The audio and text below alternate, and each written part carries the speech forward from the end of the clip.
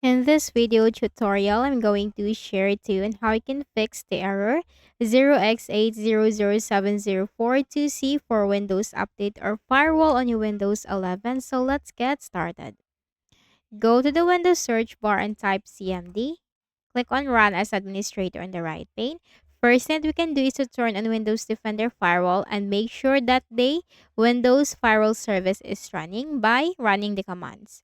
To simply copy these commands, this will be posted in the description section of this video. Control C to copy.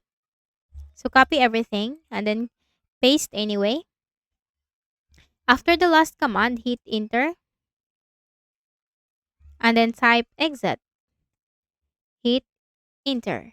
Then right click at the start button, shut down or sign out and restart. Then the next thing that we can do is to re-register the firewall API.dll by using this command. So all these commands will be posted in the description box. Type CMD again. Click on run as administrator. Control V and hit enter. Click on OK. Now type exit.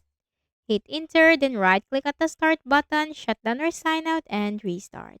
So I hope this video helped you. Kindly please do not forget to hit the like button and subscribe to this YouTube channel. Thank you for watching the video.